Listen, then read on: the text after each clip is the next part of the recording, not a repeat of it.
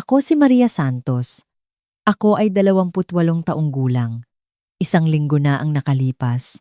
Ako at ang aking asawa ay nagdiriwang ng aming unang wedding anniversary kasama ang aming mga pamilya.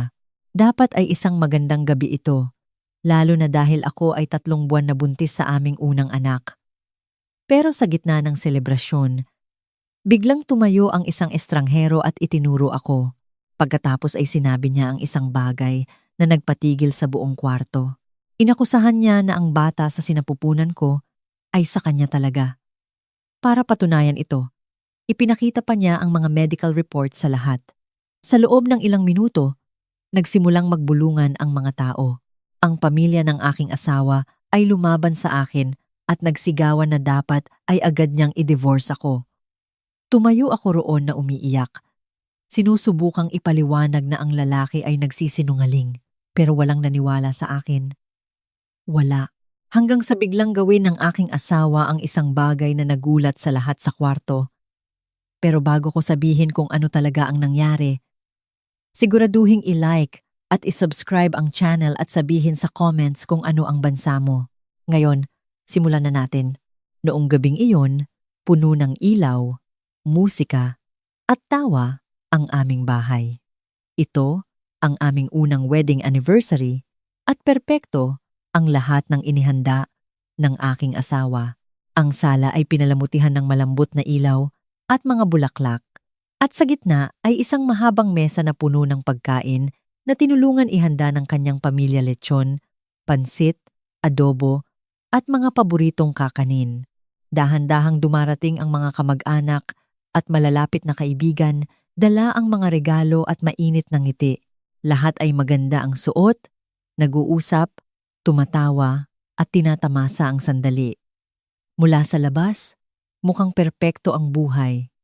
At sa isang sandali, naniwala ako na ito nga. Nakatayo ako malapit sa bintana. Mahinang hinahawakan ng aking tiyan, nararamdaman ang tahimik na kaligayahan sa loob ko.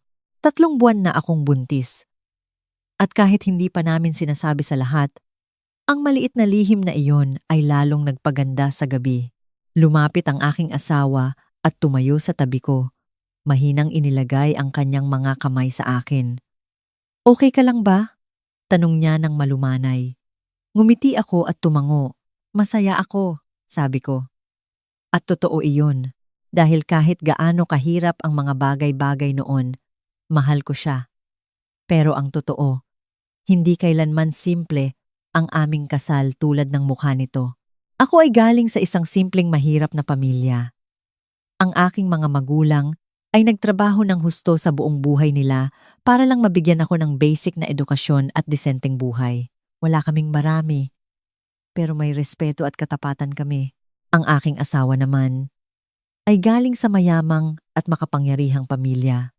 Nagmamay-ari sila ng mga ari-arian, negosyo, at namumuhay sa buhay na nakikita ko lang sa pelikula. Nang una niya akong piliin, hindi ako makapaniwala at hindi rin ang kanyang pamilya.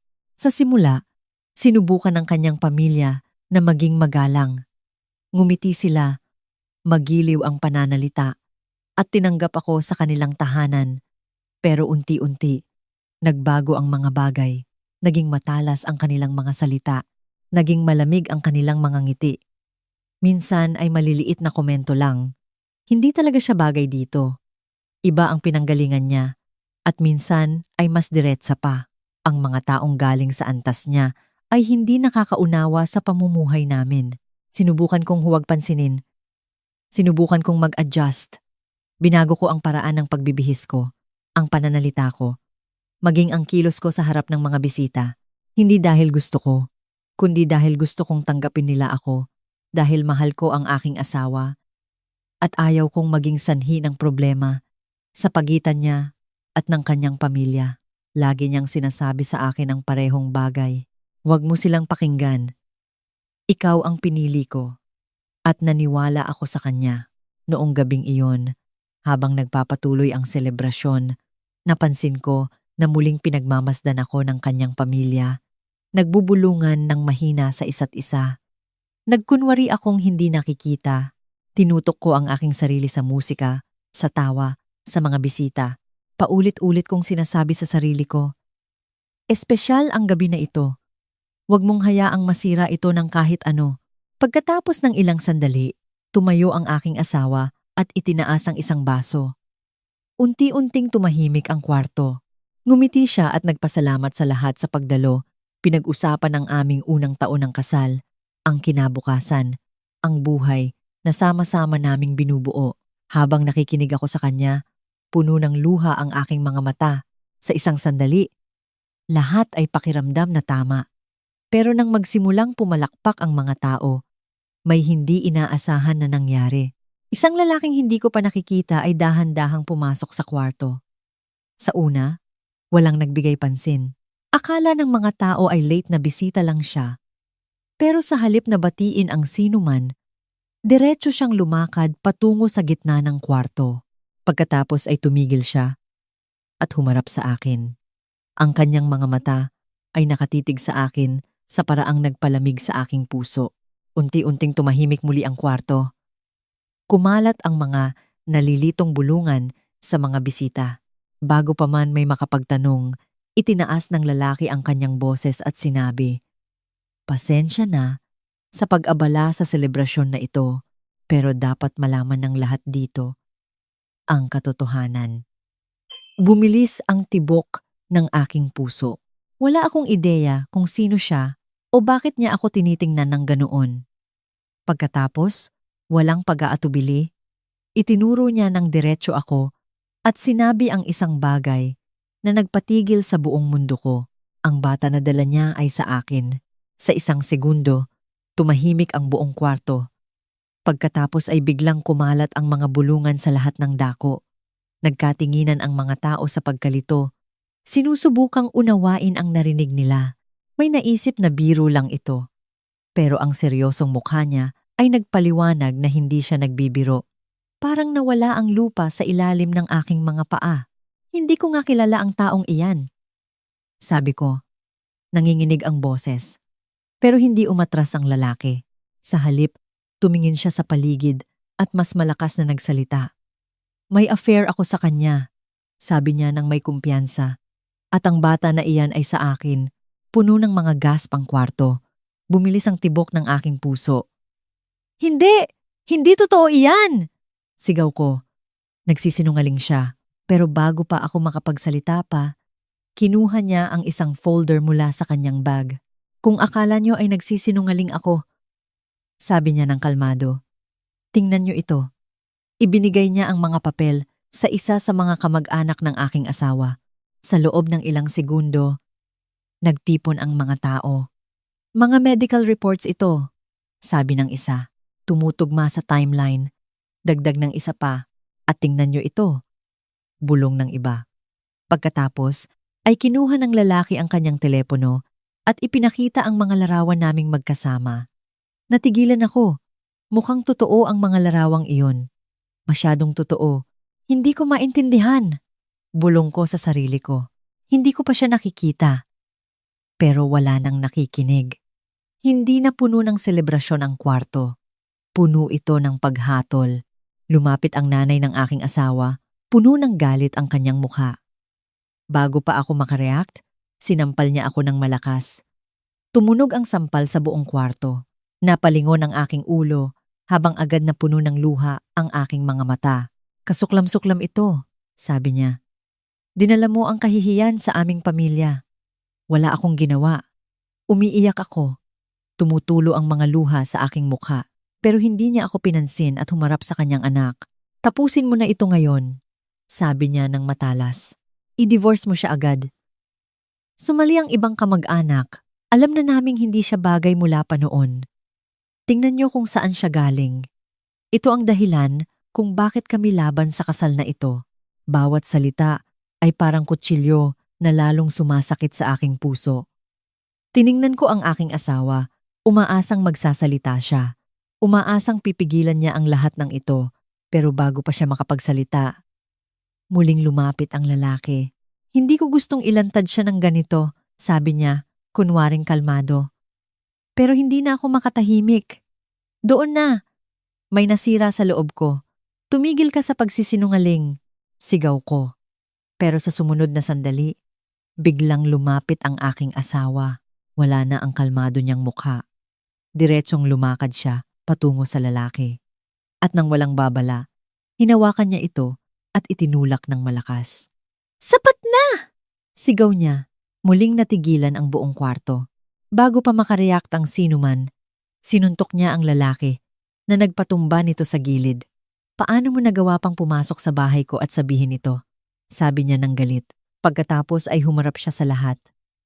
Matatag ang kanyang boses. Kilala ko ang aking asawa. Sabi niya, kilala ko siya ng higit sa sinuman dito sa kwarto. Isang mabigat na katahimikan ang pumuno sa hangin. Hindi niya kailanman gagawin ang ganito. Patuloy niya, hindi ko alintana ang mga papel na ipinapakita niyo o ang mga larawang dala niyo. Naniniwala ako sa kanya. 3 salitang iyon ay mas malakas kaysa sa lahat. Pero hindi tumahimik ang kanyang pamilya. Lumapit ang kanyang ama, malamig at seryoso ang mukha. Isipin mong mabuti bago ka magkamali, sabi niya. Binigyan ka namin ng lahat. Dagdag ng nanay niya. Kung pipiliin mo siya kaysa sa pamilya mo, hindi ka na bahagi ng bahay na ito. May nagsabi pang kamag-anak, mawawala sa iyo ang lahat, ang pangalan mo, ang yaman mo, lahat. Naging masakit na ang presyon sa kwarto. Pagkatapos ay lalong lumamig ang boses ng kanyang ama. Kailangan mong pumili, sabi niya ng matatag. Hindi namin hahayaang sirain ng batang ito ang reputasyon namin. Nanginginig ang katawan ko. Hindi na ito tungkol sa akin lang. Ito na ang buong buhay niya. Ang kanyang pamilya, ang kanyang kinabukasan, lahat. Patuloy na tumutulo ang mga luha ko habang tinitingnan siya. Ayaw kong maging dahilan ng pagkawala niya ng lahat. Pero sa parehong oras, natatakot ako. Natatakot na baka magbago pa rin ang isip niya dahil sa lahat ng presyur na ito, dahil sa lahat ng nakataya. At sa sandaling iyon, lahat sa kwarto ay naghihintay sa kanyang desisyon. Sa loob ng ilang segundo, walang nagsalita. Lahat ng mga mata ay nakatitig sa aking asawa. Nakatayo ang kanyang pamilya roon, naghihintay ng sagot niya. Naghihintay na siya ay pumili. Sa pagitan ko at nila, halos hindi na ako makahinga. Tumutulo ang mga luha sa aking mukha habang tinitingnan siya. Wala akong sinabi. Hindi ako nagmakaawa dahil sa loob-loob ko. Natatakot ako sa sagot. Pagkatapos ay sa wakas, ay gumalaw siya. Hindi siya tumingin sa kanyang pamilya. Hindi siya nagsalita kahit isang salita sa kanila. Diretsyong lumakad siya patungo sa akin at hinawakan ang aking kamay. Ang isang malit na kilos na iyon ay nagsabi ng lahat. Halika na, sabi niya, nang mahina at nang walang pagtingin pabalik. Lumabas siya ng bahay, kasama ako. Sa likod namin, naririnig ko ang mga sigaw, ang tawag ng kanyang mga magulang sa kanyang pangalan, ang mga kamag-anak na sinusubukang pigilan siya, pero hindi siya tumigil. Noong gabing iyon, iniwan namin ang lahat, ang malaking bahay, ang yaman, ang buhay na kilala niya magpakailanman. Nakaupo kami sa sasakyan sa buong katahimikan. Sa sandaling isinara ang pinto, bumigay ako. Hindi ko mapigilang umiyak. I swear, wala akong ginawa. Sabi ko ulit-ulit. Hindi ko nga kilala ang lalaking iyon. Maniwala ka sa akin. Nanginginig ang boses ko. Natakot ako. Natakot na baka sa loob-loob niya ay may pagdududa pa rin. Humarap siya sa akin. Kalmado ang kanyang boses. Kilala kita, sabi niya. Naniniwala ako sa iyo. Tiningnan ko siya sa pamamagitan ng aking mga luha. Kahit ano pa ang sabihin ng sinuman, kahit ano pa ang ipakita nila, patuloy niya, hindi ako maniniwala sa isang estranghero kaysa sa sarili kong asawa. Ang mga salitang iyon ay nagbigay sa akin ng isang uri ng kapayapaang hindi ko maipaliwanag. Pero pagkatapos ay bahagyang nagbago ang kanyang ekspresyon, naging seryoso. Hindi pa tapos ito, sabi niya. Nagsisinungaling siya. At kailangan kong malaman kung bakit. Sa mga sumunod na araw, hindi siya nagpahinga. Sinimulan niyang suriin ang lahat. Bawat detalye. bawat maliit na bakas. Ginamit niya ang kanyang mga koneksyon, ang kanyang impluensya, lahat ng mayroon siya dahil sigurado siya sa isang bagay nagsisinungaling ang lalaking iyon. Pero ang tanong ay bakit? Sa una, sinubukan ng lalaki na magtago. Iniiwasan niya ang mga tawag, binabalewala ang mga mensahe. Pero hindi sumuko ang aking asawa. Sa wakas, natagpuan niya siya. At sa pagkakataong ito, walang takas. Dinala ang lalaki at pinilit na magsalita. Sa una, paulit-ulit niyang binanggit ang parehong kwento. Pero unti-unti ay lumabas ang katotohanan. Sa ilalim ng presyon, sa wakas ay umamin siya. Inamin niyang lahat ito ay kasinungalingan. Sinabi niyang ang pamilya ng aking asawa ang nagbayad sa kanya para pumunta sa party at akusahan ako. Sinabi nila sa kanya ng eksakto kung ano ang sasabihin, anong mga dokumento ang ipapakita, at kung paano gawing totoo ang lahat. Sa isang sandali, hindi ako makahinga. Tumayo roon ang aking asawa sa buong katahimikan. Sinusubukang intindihin ang narinig niya. Pagkatapos ay nagtanong siya ng isang simpleng tanong. Bakit nila ito ginawa? Nag-atubili ang lalaki sa isang segundo. Pagkatapos ay ibinaba ang kanyang ulo at sinabi na ang pamilya niya ay hindi kailanman tinanggap ako. Ipinaliwanag niya na lagi nilang gustong mapangasawa ng kanilang anak ang isang mayamang babae. Isang taong makakapantay sa kanilang status, at dahil doon, ayaw nilang maging bahagi ng kanilang pamilya ang anak ko o magkaroon ng anumang bahagi sa kanilang yaman. Ang mga salitang iyon ay nagbago ng lahat. Walang sinabi ang aking asawa pagkatapos niyon. Pero nakita ko sa kanyang mga mata. May nasira sa loob niya ng lubusan. Isang linggo pagkatapos, gumawa siya ng desisyon nang walang sinasabi kanino man. Bumalik kami sa bahay ng kanyang pamilya. Sa una, akala nila ay bumalik siya para ayusin ang lahat. Iwan ako at bumalik sa kanila. Pero mali sila. Kalmadong pumasok siya. Hawak ang aking kamay at tumayo sa harap ng kanyang mga magulang. Tahimik ang kwarto. Pagkatapos ay sa wakas ay nagsalita siya. Sinabi niya sa kanila ang lahat ang katotohanan.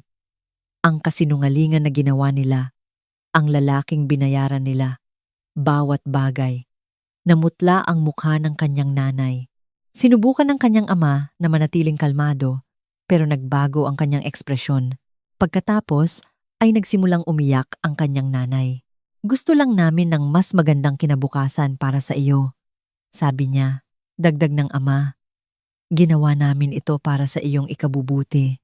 Hindi mo pa naiintindihan ngayon, pero isang araw ay mauunawaan mo. Matagal na tiningnan ng aking asawa ang mga ito. Walang galit sa kanyang mukha. Pagkatapos ay mahinang sinabi niya, nagtiwala ako sa inyo. Muling tumahimik ang kwarto. Maaaring mawala ko ang aking asawa, ang aking anak, dahil sa inyo. Walang sumagot. Pagkatapos ay humakbang siya pabalik at sinabi ang isang bagay na hindi ko makakalimutan. Mula ngayon, wala na akong pamilya rito. Lubusang bumigay ang kanyang nanay. Sinubukan ng kanyang ama na pigilan siya, pero hindi siya nanatili. Hindi siya nag-argumento. Hindi siya tumingin pabalik.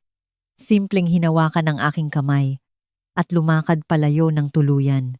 Kung naiintindihan mo ang tunay na pag-ibig at tiwala sa gitna ng pagsubok, huwag kalimutang ibahagi ang kwentong ito sa iyong mga kaibigan at pamilya.